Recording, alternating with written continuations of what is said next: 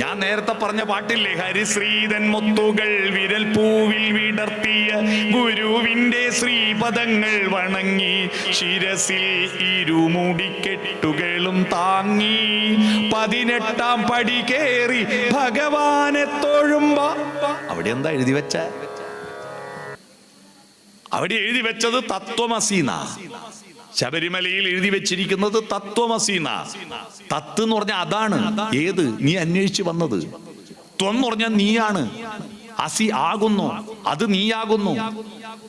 നീ ആ വഴിയിലേക്ക് പോയിട്ടൊന്ന് ഉടുപ്പ് മാറിയാൽ, ഒരു മാല ഇട്ടാൽ, ഒരു മുദ്ര ധരിച്ചാൽ നീ എന്തായി?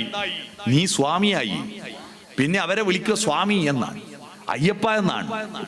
നമ്മളെല്ലാം സ്വാമിയാകും, നമ്മളെല്ലാം അയ്യപ്പനാകും, നമ്മളെല്ലാം തദാത്മാനം സൃജാമ്യഭാവമാകും.